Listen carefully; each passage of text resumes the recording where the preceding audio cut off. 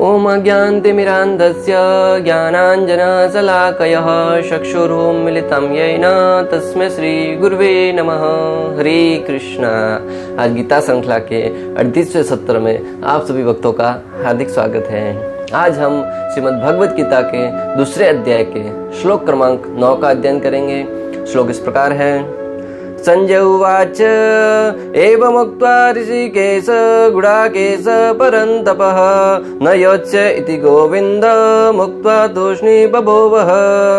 अर्थात संजय ने कहा, इस प्रकार कहने के बाद शत्रुओं का दमन करने वाला अर्जुन कृष्ण से बोला, हे गोविंद, मैं युद्ध नहीं करूंगा, और चुप हो गया। अर्जुन यहाँ पर श्री कृष्ण की शरणागति लेने के बाद जो बोलना था उतना बोलकर चुप हो गया।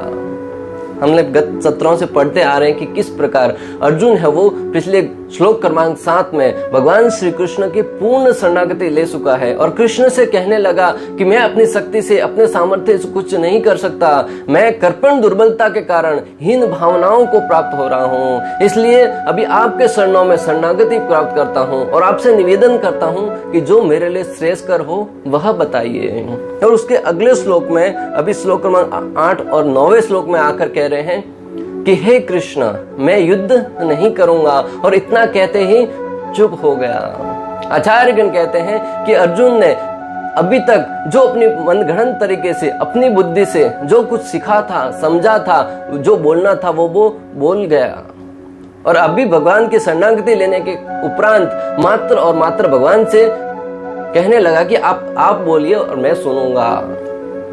तो यहाँ पे बहुत ही सुंदर शिक्षा मिलती है भक्तों कि जब भी गुरु के पास जाए, जब भी आचार्यों के पास जाए, तब अपनी बड़बड़ करने की बजाय उनसे सुनना चाहिए। अक्सर हम क्या करते हैं, किसी साधु से मिलने जाते हैं, गुरु से मिलने जाते हैं, तो वहां पे जाते गुरु तो बड़प्पन में या हमारे सामने अपने आप को बड़ा नहीं बताते हुए हमसे पूछ लेते हैं, हमारा हालचाल पूछ लेते हैं। परिवार में सब कुशल मंगल तो है, व्यापार में सब ठीक तो चल रहा है, परिवार में सबका स्वास्थ्य तो ठीक बना हुआ है। जैसे ही गुरु ने इतना पूछ लिया, हम अपने बारे में बोलना प्रारंभ करते हैं। आधा घंटा, 1 घंटा गुरु सुनते जा रहे और हम बोलते ही जा रहे हैं। जिस उद्देश्य से गुरु के पास गए थे कि गुरु कुछ बोलेंगे, हम कुछ सुनेंगे और वो ज्ञान हमारे हृदय को परिवर्तित करेगा, वो हमारा उद्देश्य धरा का धरा रह जाता है। आधा घंटा, 1 घंटा, मैं व्यापार में ऐसा किया, मैंने काम ऐसा किया, समाज में ये कर रहा हूँ, वहां पे ये कर रहा हूँ, ऐसे परिवार में ये कार्य किया, अभी वहां पे घूमने गया था, अभी वहां पे वो कार्य कर लिया। क्या मतलब गुरु को हमारी इन सब भौतिक बातों से? तो यहाँ पे अर्जुन है वो बहुत ही सुंदर सिद्धांत स्थापित कर रहे हैं कि जब भी हम अपने गुरु के पास जाएं, आचार्य के पास जाएं, तब वहां पे मात्र और मात्र निवेदन करते, सर्वप्रथम जाकर प्रार्थना करके, उनको प्रणाम करके मात्र चुपचाप बैठ जाइए और जिज्ञासा करिए कि आध्यात्मिकता के विषय में कुछ ज्ञान प्रदान करें। और एक बार जिज्ञासा करने के उपरांत चुपचाप बैठकर मात्र और मात्र अपने कान खुले रखकर सुनना चाहिए कि गुरु क्या बताना चाह रहे हैं। और गुरु एक एक शब्द जो बोल रहे हैं ना, उसे अपने कानों के छिद्रों के द्वारा हृदय के अंदर प्रवेश होने दे। अक्सर क्या होता है, हम जाके बैठ तो जाते हैं, हमारा शरीर तो वहां पे बैठा हुआ है, लेकिन हमारा मन कहीं और भटक रहा होता है। और उस अवस्था में अगर साधु कुछ ज्ञान भी देता है ना, हम उसको ध्यान से सुन नहीं पाते हैं। और कुछ कभी कभी बीच में गुरु पूछ लेते हैं कि मैं कहाँ पे था, तो हम विचलित हो जाते, क्यों, हमने तो सुना ही नहीं। तो अगर आप एक उत्तम शिक्षा प्राप्त करना चाहते हैं तो हमारा कर्तव्य बनना चाहिए कि हम जाकर गुरु के पास जाकर बैठ जाए और कान और हृदय दोनों मन लगाकर गुरु से उनकी वाणी सुने, तब जाकर हमारे जीवन का कल्याण हो सकता है। धृतराष्ट्र को यह जानकर परम प्रसन्नता हुई होगी कि अर्जुन युद्ध न करके भिक्षाटन करने जा रहा है। आचार्यगण कहते हैं कि यहाँ पे धृतराष्ट्र को क्षणिक सुख हुआ। जैसे ही संजय ने कहा कि अर्जुन है वो भगवान के सामने ये कहकर चुप हो गया कि मैं युद्ध नहीं करूंगा, धृतराष्ट्र के मन में लड्डू फूटने लगे कि अर्जुन है वो इतनी देर से सारे बहाने तो बना रहा था युद्ध न करने के, लेकिन अभी असली मकसद पे पहुंचा है कि मैं युद्ध नहीं करूंगा। साफ साफ मना करके वो बैठ गया। यानी कि धृतराष्ट्र को लगने लगा कि अर्जुन अभी युद्ध से पलायन करके भिक्षा मांगकर जीवन निर्वाह करेगा। और दूसरी तरफ अगर अर्जुन युद्ध नहीं करेगा तो स्वाभाविक है दुर्योधन की विजय हो जाएगी और दुर्योधन वो राज करने लगेगा। तो संजय ने क्षणिक सुख है वो धृतराष्ट्र को प्रदान किया, परंतु आगे परंतप कहकर अर्जुन को संबोधित कर रहे हैं। संजय ने धृतराष्ट्र को पुनः यह कहकर निराश कर दिया कि अर्जुन अपने शत्रुओं को मारने में सक्षम है। परंतप यानी कि अर्जुन कभी युद्ध में पराजित नहीं हुआ है। आज तक जितने भी युद्ध लड़े हैं या युद्धों का प्रारंभ होने जा रहा था, जहां पे अर्जुन मौजूद है वहां पे विजय निश्चित है, क्योंकि अर्जुन ने ऐसा कोई भी युद्ध नहीं था जहां पे भले कितनी ही मात्रा में सैनिक क्यों न हो, अर्जुन के गांडीव की टंकार सुनकर अच्छे अच्छे राजाओं के सिंहासन डोलने लगते थे, उनके हृदय में भय उत्पन्न हो जाता था। युधिष्ठिर महाराज ने अश्वमेघ यज्ञ किया, तब भी अर्जुन ने जो अश्व का घोड़ा चल रहा था, उनको जिस राजा ने शरणागति नहीं ली उनको युद्ध में पराजित करके अश्वमेघ यज्ञ को संपन्न कराया। तो यहाँ पे संजय है वो बहुत ही सुंदर शब्द उपयोग कर रहे हैं अर्जुन के लिए, परंतप, यानी कि अर्जुन है वो युद्ध में कभी निराश नहीं हुआ है, कभी अपराजित नहीं हुआ, और यहाँ पे भी श्री कृष्ण के सामने यह कहकर बैठ तो गया परंतु तुरंत खड़ा हो जाएगा और युद्ध के लिए तैयार हो जाएगा, और ऐसा घमासान युद्ध करेगा कि आगे आने वाले जन्मों जन्मों तक अनेक पीढ़ियां उनके शौर्य की गाथा का यशोगान करेगी। अर्जुन के हृदय में जो संशय नामक असुर दुष्टों का उदय हुआ है, उनका वध करने के लिए वो तुरंत उठ खड़े होंगे। परंतप का दूसरा अर्थ आचार्यगण बताते हैं कि अर्जुन के हृदय में जो असुर हैं, जो उनके हृदय को दुर्बल बना रहे हैं, उन असुरों का वध करके, उनका नाश करके अर्जुन तुरंत खड़े हो जाएंगे। जिस प्रकार उन्होंने हर एक युद्ध में अपने विरोधियों को धूल छटाई है, उसी प्रकार यहाँ पे बहुत ही सुंदर शिक्षा मिल रही है भक्तों कि हमारे हृदय के अंदर जो राक्षस बैठे हुए हैं ना, उनके ऊपर सर्वप्रथम विजय प्राप्त करनी होगी। अर्जुन ने युद्ध में तो बाद में दुर्योधन और अनेक राजाओं को पराजित किया, सर्वप्रथम अपने हृदय में बैठे हुए आलस्य, काम, क्रोध, लोभ, मोह, मद, मत्सर्य, अहंकार, ईर्ष्या, द्वेष, ये सारे के सारे जो राक्षस हैं ना, उनको भगवान से भगवत गीता का ज्ञान अर्जित करके पहले उनका वध किया। जब हम अपने अंदर के पहले राक्षसों का वध करेंगे ना, तब जाकर बाहर के राक्षसों से लड़ने के योग्य बनते हैं। भीतर में ही कलह चल रहा है, किसी राजा की सेना के भीतर ही युद्ध के अंदर कलह चल रहा है, फिर वो सामने वाली सेना से क्या मुकाबला कर पाएंगे। तो सर्वप्रथम हमें चाहिए कि अपने घर के अंदर, अपने परिवार में, अपने स्वयं के हृदय में बैठे हुए अनेक प्रकार के अनर्थों का नाश करें। श्रीमद् भगवत गीता का ज्ञान प्राप्त करके, आचार्यों के मुखमंडल से सुनकर उसका जब नाश करेंगे ना, और उसके उपरांत जब युद्ध भूमि में उतरेंगे, हमारी युद्ध भूमि क्या है, हमारा व्यवसाय, हमारे परिवार, हमारा समाज, वहां पे हम किस प्रकार डटकर मुकाबला करेंगे। और हमारे युद्ध क्षेत्र में उतरने से पूर्व अगर किसी ने गीता को पढ़ लिया, उसको अपने जीवन में समझने का प्रयास कर लिया, तो अर्जुन की भांति उसकी भी विजय निश्चित है। ऋषिकेश, अर्जुन ने शिष्य रूप में अपने गुरु श्री कृष्ण की शरण ग्रहण कर ली। इससे सूचित होता है कि शीघ्र ही वह इस शोक से निवृत्त हो जाएगा। श्री कृष्ण को यहाँ पे ऋषिकेश कहकर संबोधित किया गया है, यानी कि इंद्रियों के स्वामी। तो अर्जुन ने यहाँ पर श्री कृष्ण की शरणागति लेने के उपरांत ये हमें दर्शा दिया कि कृष्ण है वो सारे इंद्रियों के स्वामी हैं। ऋषिकेश यानी कि सारे इंद्रियों के स्वामी है, और कृष्ण इंद्रियों के स्वामी हैं। और उस इंद्रियों को जब हम श्री कृष्ण की सेवा में लगाएंगे, श्री कृष्ण की सेवा में समर्पित कर देंगे, तब वो इंद्रियां हैं वो धीरे धीरे शुद्ध होती जाएगी। हमारे मुखमंडल को भगवान के यशोगान में लगाए, भगवान का नाम जप करने में लगाए, भगवान श्री हरि की लीलाओं का यशोगान करने में लगाएं, और जीवा को भगवान का जो प्रसाद होता है ना, उस प्रसाद को सखने में लगाएं। हमारे कानों को भगवान की कथा सुनने में लगाना चाहिए। हमारी आंखों को भगवान श्री हरि के विग्रहों के दर्शन करने में उपयोग करना चाहिए। हमारा जो मस्तक है उसको भगवान के सामने नतमस्तक होकर प्रणाम करने में उपयोग करना चाहिए। हमारे हाथ है उनको भगवान के मंदिर को, अर्श विग्रहों के वहां पे सफाई करने में उपयोग करना चाहिए। हमारे हाथों को भगवान के लिए प्रसाद बनाने के लिए उपयोग करना चाहिए। हमारे जो पांव है, शरण है, उनको भगवान के मंदिर तक जाने के लिए, चलायमान करने के लिए, वहां पर जाने के लिए उनका उपयोग करना चाहिए।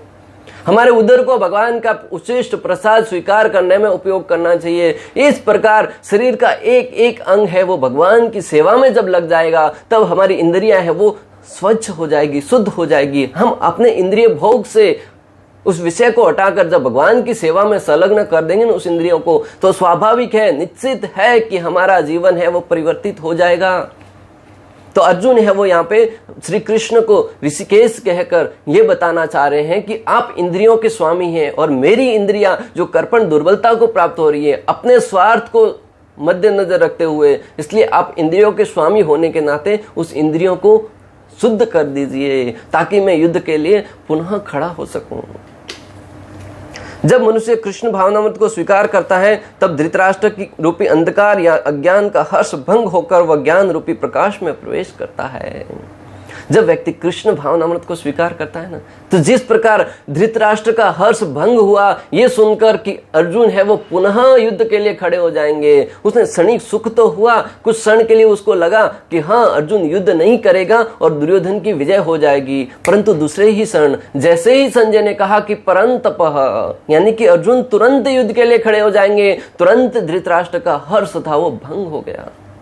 अगर हम भी कृष्ण भावनामृत को स्वीकार कर लेंगे ना, तो हमारा जो दुर्बलता है, जो धृतराष्ट्र रूपी राक्षस है उनका हर्ष है वो भंग हो जाएगा और धृतराष्ट्र रूपी राक्षस का जो हर्ष है वो भंग होते ही अज्ञान रूपी अंधकार का साया हट जाएगा और ज्ञान रूपी प्रकाश है वो प्रज्वलित हो जाएगा। यहां पर ऐसा लग रहा है कि युद्ध भूमि में अर्जुन युद्ध छोड़कर प्रवचन सुनने के लिए बैठ गया। यहाँ पे श्री कृष्ण और अर्जुन के संवाद से और संजय जो बता रहे हैं उनसे तो ऐसा ही लग रहा है कि अर्जुन है वो युद्ध भूमि में युद्ध छोड़कर प्रवचन सुनने के लिए बैठ गया है। अभी बहुत ही सोचने वाली बात है कि एक योद्धा अगर युद्ध करने के लिए जा रहा है और वहां पे वो युद्ध करने की बजाय प्रवचन सुनने के लिए बैठ जाए तो सारे विरोधी है वो स्वाभाविक है उसका संहार कर देंगे, अंत कर देंगे। लेकिन नहीं, युद्ध में उतरने से पूर्व अपने मन को, अपनी इंद्रियों को इतना सुदृढ़ बना लो, इतना सक्षम बना लो कि उस युद्ध के लिए वो तैयार हो सके। यहाँ पे हमें जो सीखने वाली बात है कि जब हम अपने युद्ध क्षेत्र में, व्यापार में या अपने अपने निजी कार्यों में उतरने से पूर्व प्रातःकाल उठकर भगवान श्री कृष्ण के नाम का 2 माला जप कीजिए। प्रारंभ 2 से कीजिए, 4, 6, 8, 10, 16 माला तक पहुंचने का प्रयास कीजिए। जब 2 घंटा भगवान के नाम का जप करके पूर्ण रूप से प्रवचन सुनकर भगवान की सेवा में उतरने का प्रयास करेंगे ना, स्वाभाविक है निश्चित रूप से व्यक्ति है वो जीवन में सफल होगा। आपके व्यापार में आपको कोई आपका ध्यान भटका नहीं पाएगा। अर्जुन ऐसी जिज्ञासा करके यह बताना चाह रहे हैं कि जीवन की किसी भी अवस्था में भगवत ज्ञान सुनने में से बढ़कर कोई कार्य नहीं है।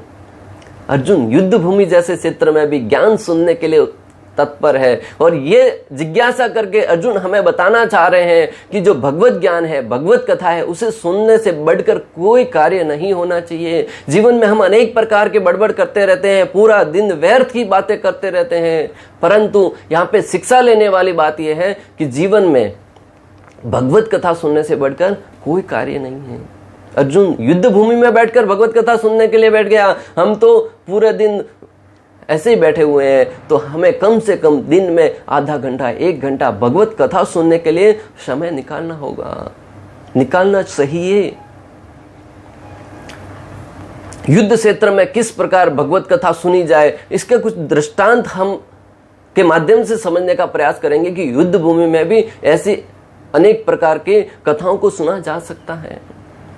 राजस्थान के राजा जयसिंह का वर्णन आता है कि वो भगवान श्री हरि ठाकुर जी के इतने महान भक्त थे कि राजा होते हुए भी प्रातःकाल उठकर अपने शारीरिक कार्यों से निवृत्त होने के पश्चात अपने घर में, अपने महल में ही ठाकुर जी का बहुत ही सुंदर भव्य मंदिर बनाया हुआ था। वहां पे 2 घंटे तक अंदर जाकर उनकी पूजा करते थे, अंदर से दरवाजा बंद कर देते थे। भले आसमान ऊपर टूट पड़े परंतु वो पूजा से बाहर नहीं आते थे। उनका ये सिद्धांत था, वो प्रतिदिन नियमित समय पर होने लगा। प्रतिदिन 2 घंटा भगवान की सेवा में संलग्न हो जाते थे, भगवान की भक्ति में रम जाते थे। बाहर भले राज्य में तहस नहस क्यों न हो जाए, जब तक उनकी पूजा संपन्न नहीं होती थी बाहर नहीं आते थे।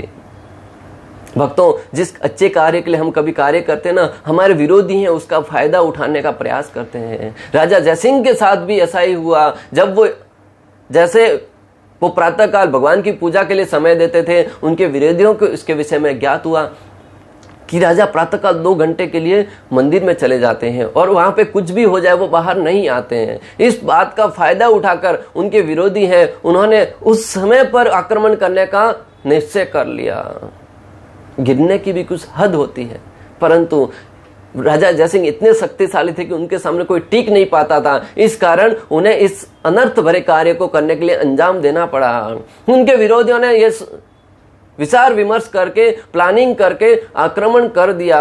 राजा जयसिंह के सैनिक भयभीत हो गए। उनके सेनापति उनके आज्ञा के लिए उनके पास जाने लगा, परंतु देखे तो किवाड़ तो बंद है। राजा जयसिंह अंदर से सुने ही नहीं, सुनना तो दूर की बात है, वो बाहर ही नहीं आए। वहां पे दुश्मन है वो सर पर आकर बैठा हुआ और इधर राजा है वो पूजा में मग्न है। सारी प्रजा है वो चिंता में शोकाकुल हो गई। चिंता युक्त होकर अनेक प्रकार के विचार करने लगे कि आज तो हमारी पराजय निश्चित है। विरोधी है वो युद्ध करते करते राजा के दरबार के निकट तक आ गए, लेकिन आश्चर्य भरी बातों से लोगों ने देखा कि राजा का अभी समय पूरा नहीं हुआ था, लेकिन वो अपने कक्ष से बाहर आए और युद्ध के लिए तैयार होकर सैनिकों को आदेश दे दिया कि चलो युद्ध के लिए तैयार हो जाओ। सारे सैनिक उत्साह में बड़े प्रसन्न होकर राजा की अगुवाई में युद्ध के लिए निकल पड़े। जैसे ही युद्ध करने के लिए आगे बढ़े, राजा जयसिंह के नेतृत्व में सेना है वो यूं सी विरोधियों को फाड़ते हुए आगे बढ़ने लगी जैसे सामने कोई है ही नहीं, शेर के सामने मेमना खड़ा हो। विरोधी भी हक्के बक्के रह गए कि अभी तो राजा के पूजा का समय था, राजा ने आज अपनी पूजा भंग करके युद्ध के लिए कैसे आ गए। वो राजा के शौर्य के सामने टिक नहीं पाए और अपने हथियार डालकर वहां से भाग खड़े हुए। जैसे युद्ध समाप्त हुआ, वापिस राजा तो अपने कक्ष में चले गए। लोगों को लगा कि राजा स्वयं जयसिंह वहां पे आए थे, लेकिन जैसे युद्ध समाप्त हुआ, उनके राजमहल में विजय के उत्सव मनाने लगे, सारे लोग प्रसन्न हो गए। तभी अचानक राजा जयसिंह अपनी पूजा समाप्त करके कक्ष से बाहर आए। बाहर आकर देखा तो सारे लोग जश्न में डूबे हुए हैं। बोले ये किस प्रकार का जश्न है? आज न तो कोई होली है, न दिवाली है, न कोई त्योहार है, फिर किस बात का जश्न मनाया जा रहा है? उनके सैनिकों ने, उनके जो मित्रगण थे, उन्होंने आश्चर्य भरी निगाहों से देखने लगे कि हे राजन, अभी तो हम युद्ध में विजय होके आए हैं और आप ही की अगुवाई में हमने युद्ध लड़ा था और आप कह रहे हैं कि जश्न किस बात का मनाया जा रहा है? क्या आपको ज्ञात नहीं है कि हम युद्ध में विजय होके आए हैं? तब राजा जयसिंह ने कहा कि मैं तो अभी अभी पूजा संपन्न करके बाहर आया हूं, मैंने युद्ध कभी लड़ा? सारे लोग उनको समझाने लगे कि आप ही की अगुवाई में तो हमने युद्ध किया था, फिर आप ऐसा कैसे कह सकते हैं? तब राजा ने अपने सारा कार्य के बारे में कह सुनाया कि मैं तो अभी युद्ध अंदर से बाहर आया हूं। तब सारे लोग समझ गए कि जो राजा जयसिंह युद्ध क्षेत्र में युद्ध के लिए गए थे वो कोई और नहीं, स्वयं ठाकुर जी थे। इसलिए तो जो राजा जयसिंह है वो युद्ध में हो सकता है कि कुछ क्षण के लिए विरोधी उनका मुकाबला भी करते, परंतु यहां पर तो हुआ यूं कि तीनों लोगों के नाथ स्वयं ठाकुर जी जब निकले ना, सारे के सारे विरोधियों का धराशायी कर दिए, उनका सुपड़ा साफ हो गया। तुरंत राजा को समझ में आ गया कि भगवान श्री कृष्ण ने जो बात कही थी ना कि तू मेरे नाम में तो मैं तेरे काम में, अगर तू मेरे नाम में रम जाएगा तो मेरे तेरे काम में आ जाऊंगा। यहाँ पे राजा जयसिंह भगवान के नाम में रमे हुए थे, भगवान के नाम का यशोगान कर रहे थे। उधर भगवान श्री कृष्ण स्वयं उनके युद्ध का नेतृत्व करने के लिए निकल पड़े और उनके भगवान श्री कृष्ण अपने भक्त वत्सलता को देखिए, युद्ध के लिए निकल पड़े और सारा गांव समझ गया कि राजा की भक्ति को देखकर स्वयं ठाकुर जी उनके लिए युद्ध करने के लिए आए थे। कहने का तात्पर्य यह है कि युद्ध भूमि में, युद्ध क्षेत्र में राजा जयसिंह वो राजा होते हुए भी भले युद्ध का पहाड़ क्यों न टूट पड़े, परंतु वो भगवान की भक्ति में समय देना नहीं भूलते थे। कम से कम प्रातःकाल उठकर आपसे भी निवेदन है कि आप राजा तो नहीं है, परंतु राजा जयसिंह जिस प्रकार सफल हुए, आप भी अगर अपने जीवन में श्री कृष्ण को स्थान देंगे, श्री कृष्ण की महिमाओं को यशोगान करेंगे, तो निश्चित रूप से आप जीवन में सफल हो पाएंगे। दूसरा उदाहरण ऐसा ही आता है, रामायण के विषय में आपने सुना होगा रामायण का दोनों सेनाओं के मध्य युद्ध के लिए तैयार थे, दोनों सेनाएं आमने सामने खड़ी थी। तब भगवान श्री रामचंद्र ने रावण के ऊपर कृपा करने की इच्छा से अंगद को भेजा कि अंतिम संदेश, शांति का संदेश लेके जाइए, रावण से निवेदन कीजिए, उनको समझाने का प्रयास कीजिए कि अगर तुम अभी भी श्री राम के शरण में आ जाओगे ना तो श्री राम तुम्हें क्षमा कर देंगे। अंगद है वो रावण के राज्य में गए, रावण के दरबार में जाकर, कथा से आप सब वाकिफ है, उन्हें बैठने के लिए आसन तक नहीं दिया गया, तब उन्होंने स्वयं अपनी पूंछ से आसन बनाकर उसके ऊपर विराजमान हो गए और भगवान श्री रामचंद्र के महिमा का यशोगान करने लगे। अनेक प्रकार की कथाओं से श्री रामचंद्र के शौर्य का यशोगान करने लगे, श्री रामचंद्र के श्री चरणों के बारे में उनका बखान करने लगे, ये सोचकर कि भगवान की कथा सुनकर हो सकता है कि रावण के हृदय में बैठा हुआ जो राक्षस है उसका संहार हो सके, उसका नाश हो सके, कभी रावण के अनर्थों का पर्दा हट जाए और उसके हृदय में सुकृति जागृत हो सके और उसके अंदर बुद्धि के द्वारा वो भगवान रामचंद्र की शरण ग्रहण कर सके। भगवान के भक्त है वो इतने कृपालु होते हैं, इतने दयालु होते हैं कि किसी भी अवस्था में भले वो सामना दुश्मन ही क्यों ना हो, उसे भगवान के शरणागति लेने के लिए निवेदन करते हैं, उनके ऊपर करुणा करते हैं, दया करते हैं कि अगर ये युद्ध रुक गया तो अनेक सैनिकों के माताएं हैं वो विधवा होने से बच जाएगी, अनेक सैनिकों की पत्नियां हैं वो विधवा होने से बच जाएगी, अनेक सैनिकों की माताएं हैं वो पुत्रों से हाथ धोने से बच जाएगी। परंतु रावण ने उनकी एक न सुनी। अंगद ने अनेक प्रकार से उन्हें समझाने का प्रयास किया, परंतु रावण ने अंगद की एक न सुनी और अंत में हुआ ये कि युद्ध है वो अवश्य भावी हो गया। मैं आपको जो यहाँ पे बताना चाह रहा हूं कि युद्ध भूमि के मध्य भी जहां पर दोनों सेनाएं आमने सामने खड़ी हैं, किसी भी क्षण युद्ध छिड़ सकता है, उस अवस्था में भी किस प्रकार राजा जयसिंह है वो अपनी भक्ति में लग्न था, किस प्रकार अंगद है वो भगवान की कथा करने में लग्न था। इससे हमें समझना होगा कि कैसी भी अवस्था क्यों न हो, किसी भी अवस्था में भगवान के नाम का जप करना, भगवान की कथाओं को सुनना सर्वोपरि मानना चाहिए। अर्जुन कुरुक्षेत्र के युद्ध स्थल पर दोनों सेनाएं आमने सामने खड़ी हैं और वो भगवान से प्रवचन सुनने के लिए, भगवत कथा सुनने के लिए बैठ जाता है। इससे यह सिद्धांत स्थापित होता है कि भगवत कथा किसी भी अवस्था में सुनने से हमारा हृदय वो पोषित होगा, संरक्षित होगा और हम युद्ध में इस प्रकार युद्ध में मुकाबला करेंगे कि युद्ध में हमारा मुकाबला कोई नहीं कर पाएगा। इसलिए इन कथाओं को, इन उदाहरणों को समझकर मैं आपसे निवेदन करूंगा कि इनको सुनकर अपने हृदय में उतारने का प्रयास करें, ताकि अर्जुन की भांति, राजा जयसिंह की भांति, अंगद की भांति आप भी युद्ध में हमेशा, आपका युद्ध क्या है? व्यापार, पारिवारिक स्थिति, समाज में, देश में, जहां कहीं भी, राजनीति में, जहां कहीं भी है। हमारे देश के ऐसे अनेक नेता हुए हैं जैसे सुषमा स्वराज जी, जिन्होंने पार्लियामेंट में बैठ के कहा कि जब भी मेरे जीवन में कोई समस्या आती है, संकट आता है, तब मैं श्रीमद् भगवत गीता को खोलकर पढ़ती हूँ। भारत की बात छोड़िए, विदेशों में ऐसे अनेक बुद्धिजीवी हुए हैं जिन्होंने जब भी जीवन में कोई संकट आया है तब श्रीमद् भगवत गीता का सहारा लिया है। और भगवान श्री कृष्ण इतने बड़े मोटिवेशनल स्पीकर थे कि युद्ध भूमि में अर्जुन जो हताश बैठा था, निराश बैठा था, उसे भी श्रीमद् भगवत गीता का ज्ञान देकर युद्ध के लिए खड़ा कर दिया। अगर आज की तारीख में कोई अपने क्लास में टॉप होता है, उससे आप प्रेरणा देकर उसको सर्वोच्च स्थान पर लेके जाते, उसमें कौन सी बड़ी बात है? अगर सबसे नीचे के नीचे व्यक्ति को जो पढ़ाई करने से मना कर चुका है, उसको पढ़ाई के लिए तैयार करके सर्वोच्च स्थिति तक लेके जाए ना, तब माना जाएगा कि आप विशेष मोटिवेशनल हैं। तो भगवान श्री कृष्ण ने अर्जुन को श्रीमद् भगवत गीता का ज्ञान दिया और उस ज्ञान को सुनकर ना सिर्फ अर्जुन युद्ध के लिए खड़ा हुआ, बल्कि ऐसा युद्ध किया कि आज तक हम उनको हमेशा आदर के साथ याद करते हैं।